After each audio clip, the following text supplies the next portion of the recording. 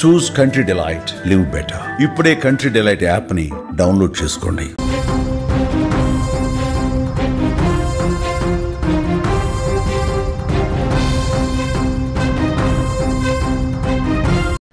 విజయనగరం పేలుళ్ల కుట్ర కేసుల నిందితుల విచారణ నేడు చివరి రోజు కొనసాగుతోంది. పేలుళ్ల కుట్రదారులు సిరాజ్, సమీర్ ని ఎన్ఐఏ అధికారులు విచారించారు. గత 5 రోజులుగా సుమారుగా 12 గంటల పాటు సిరాజ్, సమీర్ విచారణ అయితే సాగినట్లుగా మనకి సమాచారం అయితే అందుతోంది. 5వ రోజు విచారణలో కూడా పలు కీలక అంశాలు వెలుగు చూసినట్లుగా మనకు తెలుస్తోంది. పేలుళ్ల కుట్ర కేసులో ఐఎస్ఐ పాత్ర ఉన్నట్లుగా దర్యాప్తు అధికారులు గుర్తించడం జరిగింది. ఒమన్ దేశంలోని హైదరాబాద్ కు చెందిన ఇమ్రాన్ అక్రమ్ది కీలక పాత్ర ఇందులో ఉన్నట్లుగా మనకి సమాచారం. పేలులపై శిక్షణ, పేలుడు పదార్థాల కొనుగోలుకు నిధులు అందచేత, ప్రాంతాల ఎంపిక తదితర అంశాలపై ఇమ్రాన్ అక్రమ్ దిశానిర్దేశం చేసినట్లుగా కూడా తెలుస్తోంది. ఇలాగే ఉగ్రవాదం పట్ల సానుభూతి పరులు స్లీపర్ సెల్స్ ని ఆకర్షించేందుకు సామాజిక మాధ్యమాలు, అహిం సంస్థతో పాటు కొత్త మార్గాలు అనుసరించిన సిరాజ్, సమీర్ పలు మదర్సాలు, మసీదులకు సిరాజ్, సమీర్ ఆర్థిక సహాయం అందించినట్లుగా తెలుస్తోంది. ఉద్యోగ వేటలో విఫలమైన వారు, నిరుపేద యువత జీవనోపాధికి ఆర్థిక తోడ్పాటును వీళ్ళు అందించినట్లుగా మనకి తెలుస్తోంది. ఆర్థిక అండదండలతో యువతకు వలవేశారు వీరు.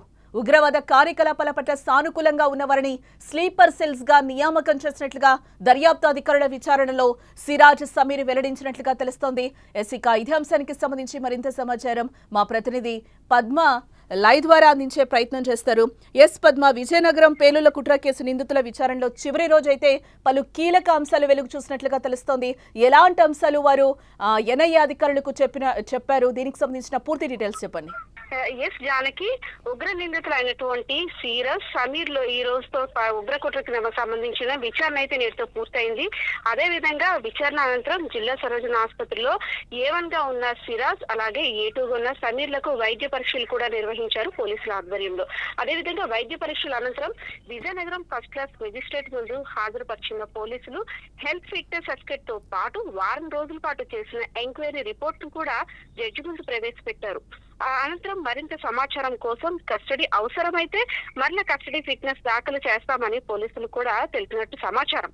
ఒకవేళ అవసరం లేకపోతే జడ్జి ఆదేశాల మేరకు A1 గా ఉన్న సిరాజ్, A2 గా ఉన్న సమీర్లను విశాఖ సెంట్రల్ జైలుకు అంటే ఇప్పుడు కాసేపటి క్రితం తరలించినట్లు మనకున్నంత వరకు సమాచారం.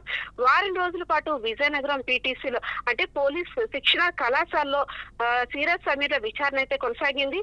వారం రోజుల విచారణలో వెలుగులోకి అనేక కీలక అంశాలు బయటపడినట్టు కూడా సమాచారం.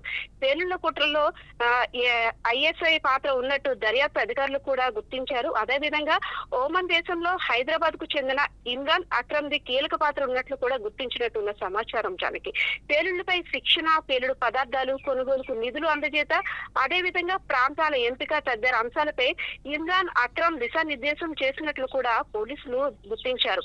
ఉగ్రవాదం పట్ల సానుభూతి పరులు స్లీపర్ సెల్స్ ని ఆకర్షించేందుకు సామాజిక మాధ్యమాల ద్వారా అంటే ఎవరైతే కస్టడీలో కూడా వీళ్ళు పలు కీలక అంశాలు చెప్పినట్లుగా తెలుస్తుంది. అంటే 12 మంది మానవ బాంబులుగా తయారు చేయడం కూడా జరిగింది.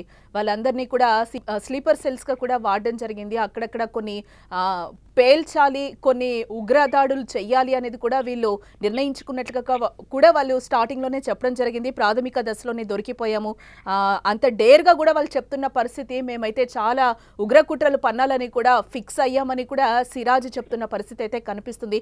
దీని అంతటిని మనం ఏ విధంగా చూడాలి అంటారు? అంటే పహల్గాం దాడి జరగకపోయి ఉంటే ఎక్కడైతే 4 ప్లేసెస్ లో వాళ్ళు 4 ప్లేసెస్ లో అనుకున్నారో ఆ దాడి జరిగి ఉంటుందని అనుకోవచ్చు అంటారా? అంటే ఒక పెద్ద విపత్తు నుండి మనం బయటపడ్డామని చెప్పుకోవచ్చు. ఎందుకంటే విజయనగరం పేరు చెప్పేసరికి ఒక మారుమూల ప్రాంతం, అదేవిధంగా ఒక ప్రశాంతమైన వాతావరణం. ఇక్కడ నుండి అంటే దేశద్రోహులు ఎక్కడ కూడా స్థావరం ఏర్పరచుకున్నారా అనే ఒక ప్రశ్న అందరిలో కూడా సంధిస్తుంది. ఎందుకంటే ఎవరైతే 12 మంది స్లీపర్ సెల్స్ గా ఎన్నుకున్నాడో వాళ్ళందరూ కూడా నిరుద్యోగ యువత, ఎవరికైతే డబ్బులు అవసరం ఉంటుందో వీటన్నిటిని కూడా ఎరచూపి దేశ ద్రోహానికి కూడా వీళ్ళు వెనకాడలేదని చెప్పుకోవచ్చు. విచారణ ప్రారంభం అయినప్పటి నుండి కూడా ఎవరైతే A1 గా ఉన్నారో సిరాజ్, A2 గా ఉన్నారు సమీర్. అంటే సమీర్ కొంతమేర పోలీసులు అడిగిన దానికి NIA వాళ్ళు అడిగిన దానికి సమాధానం అటు ఇటుగా చెప్పినప్పటికీ సిరాజ్ మాత్రం ఎక్కడ కూడా అంటే మొండి వైఖరితో వ్యవహరించినట్టు మనకున్నప్పటి వరకు అవుతున్న సమాచారం.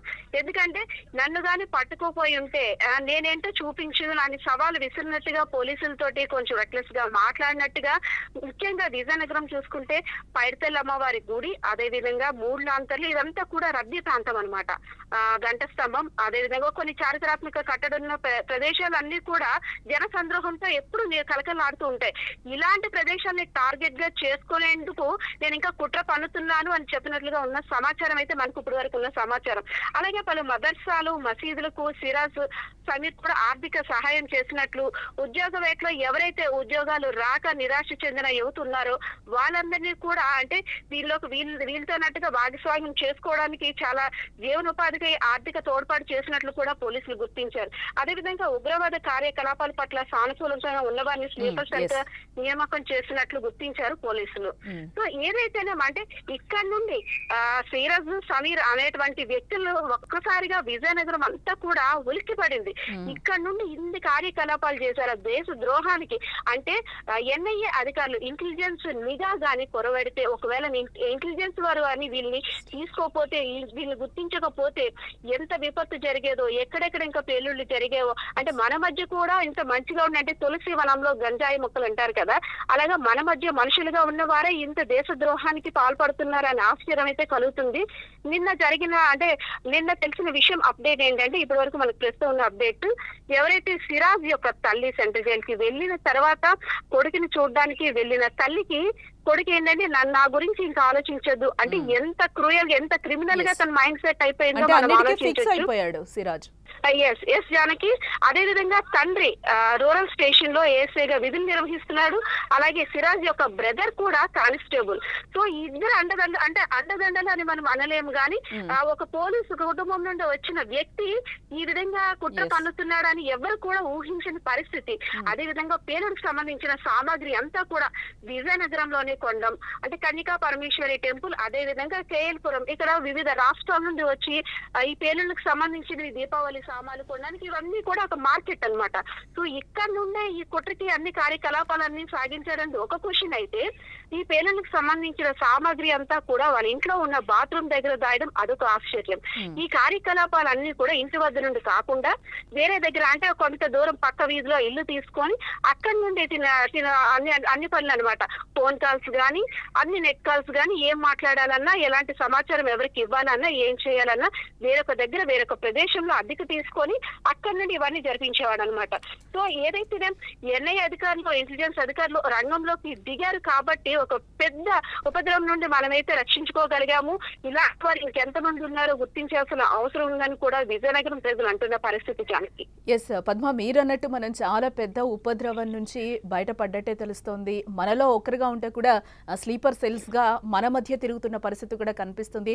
దీన్నైతే ఛేదించడం కూడా జరిగింది. అంటే ఇంకా ఎన్ని రోజులు, ఈ రోజు చివరి రోజు అంటున్నారు, మళ్ళీ వాళ్ళని ఏమైనా కస్టడీకి తీసుకునే అవకాశం ఉందా? మరిన్ని అనుమానాలు ఏమైనా వస్తే ఏంటి? అంటే వచ్చే NIA అధికారులు చేసిన ఇంట్రాగేషన్ తర్వాత ఇంకా సమాచారం రావాల్సి ఉంటే మళ్ళీ కస్టడీ కోర్టు పిటిషన్ వేస్తామని అది కూడా దాఖలు చేశారు. అవసరమైతే మళ్ళీ మేము కస్టడీలకు తీసుకొని మరిన్ని వివరాలు కానీ మాకు కావాల్సి వచ్చినట్టయితే మళ్ళీ మేము కస్టడీకి తీసుకుంటామని జడ్జి ముందు కూడా వాదనలు అయినట్టు మనకున్న సమాచారం. ఎస్, అంటే ఏంటి సిరాజ్ అండ్ టీమ్ కి ISIS తో కూడా సంబంధాలు ఉన్నట్లుగా కూడా తెలుస్తోంది. అసలు సిరాజ్ ప్లాన్ ఏ విధంగా చేశాడు? సిరాజ్ ఒక పోలీస్ కుటుంబంలో ఒక ముస్లిం కుటుంబానికి చెందిన వ్యక్తి. తండ్రి పోలీస్, అలాగే అన్నయ్య పోలీస్, ఒక ఇంజనీరింగ్ చదివిన విద్యార్థి అనమాట. సో తండ్రి బాటలోనే ఒక ఎస్ఐగా అంటే కాంపిటేటివ్ ఎగ్జామ్స్ ప్రిపేర్ అవ్వడానికి హైదరాబాద్ వెళ్ళిన తర్వాత అక్కడ జరిగిన పరిచయాల కారణంగా, అదే విధంగా కొంతమంది ముస్లింస్ మహిళలు ఎవరైతే హిందువులు పెళ్లి చేసుకుంటారో ఆ ముస్లిం మహిళలకు అన్యాయం జరుగుతుంది, సో నేను ఇవన్నీ కూడా తట్టుకోలేకపోతున్నాను, నేను ప్రసంగాలకి ఆకర్షితున్నయ్యాను, నేను జిహాదీకి సంబంధించి నేను ఇక్కడ అంటే ఎలాంటి కుట్రనైనా పన్నడానికి, దేశ ద్రోహానికి కూడా వెనకాడినంటూ కొన్ని సంస్థలతో చెయ్యి కలిపి ఇంత దేశానికి ద్రోహం చేయడానికి కుట్ర పన్నాడనే చెప్పుకోవచ్చు జానికి. సో ఇటు వరకు చూసుకున్నట్టయితే ఇంకా ఎంతమంది ఉన్నారో, ఇంకా ఎంతమంది ఇందులో ఒక్కొక్కటి కూడా ఇంకా తెలియాల్సిన పరిస్థితి ఉంది. NIA అధికారులు, అదే విధంగా యాంటీ టెర్రరిస్ట్ స్క్వాడ్ అదేవిధంగా స్పెషల్ అధికారులు కూడా వీళ్ళంతా ఎంక్వైరీ చేస్తున్నప్పుడు కూడా కొంత తెలిసి తెలియనట్టుగా ఊకొట్టనట్టుగా ఇద్దరు కూడా పొంతం లేని సమాధానాలు చెప్తున్నారు. అయితే ఆల్మోస్ట్ తమదైన శైలిలో అధికారులు కూడా పోలీసు నిఘా యంత్రాంగం అంతా కూడా తమ ఏ విధంగా రాబట్టుకోలే ప్రయత్నాలు అయితే మాత్రం అన్ని చేస్తుంది. మరింత సమాచారం కూడా ఇంకా పూర్తిగా వచ్చిన తర్వాత ఇంకొంత క్లారిటీ వచ్చే అవకాశం ఉందని తెలుస్తుంది. Janaki right Padma, thanks for the update. Yes, Vizianagaram పేలుళ్ల కుట్ర కేసు నిందితుల విచారణ చివరి రోజుకి చేరుకుంది. ఈ రోజు విచారణలో చాలా అంశాలు వాళ్ళు బయట చెప్పడం కూడా జరిగింది. పహల్గాం దాడి జరగకపోయి ఉంటే గనక ప్రాథమిక దశలోనే మేము దొరికిపోయాం. 4 ప్లేసెస్లో అయితే టోటల్గా మేము ప్లాన్ చేసాము ఉగ్రదాడికని కూడా సిరాజ్ ఈరోజు విచారణలో చెప్పిన సంగతి తెలుస్తోంది. గత 5 రోజులుగా సుమారుగా వారిని 11 గంటల పాటు సిరాజ్ సమీర్ను అయితే ఎన్ఐఏ అధికారులు విచారించడం జరిగింది. 5 రోజు విచారణలో పలు కీలక విషయాలు కూడా వెలుగు చూస్తాయి. నిన్న సిరాజ్ తల్లి ములాఖత్కి వెళ్లిన సందర్భంలో కూడా మీ దారి మీరు చూసుకోండి, నాతో మీకు అవసరం లేదు, నేను ఇలాగే ఉంటానని కూడా చాలా కఠినంగా మాట్లాడిన పరిస్థితి కనిపిస్తుంది. అంటే సిరాజ్ ఏ స్థాయికి వెళ్ళిపోయాడు అనేది కూడా ఇక్కడ మనకి అర్థమవుతుంది. ఉగ్రదాడిలో నేను ఖచ్చితంగా పాల్గొంటాను, ఉగ్రదాడి జరుపుతాను అనేది కూడా ఆయన చెప్పాడు. ప్రాథమిక దశలోనే మేము దొరికిపోయాం, లేకపోతే చాలా పెద్దగా జరిగేదని కూడా తను చెప్తున్న పరిస్థితి కనిపిస్తుంది. మరిన్ని అప్డేట్స్ కోసం చూస్తూనే ఉండండి సుమన్ టీవీ.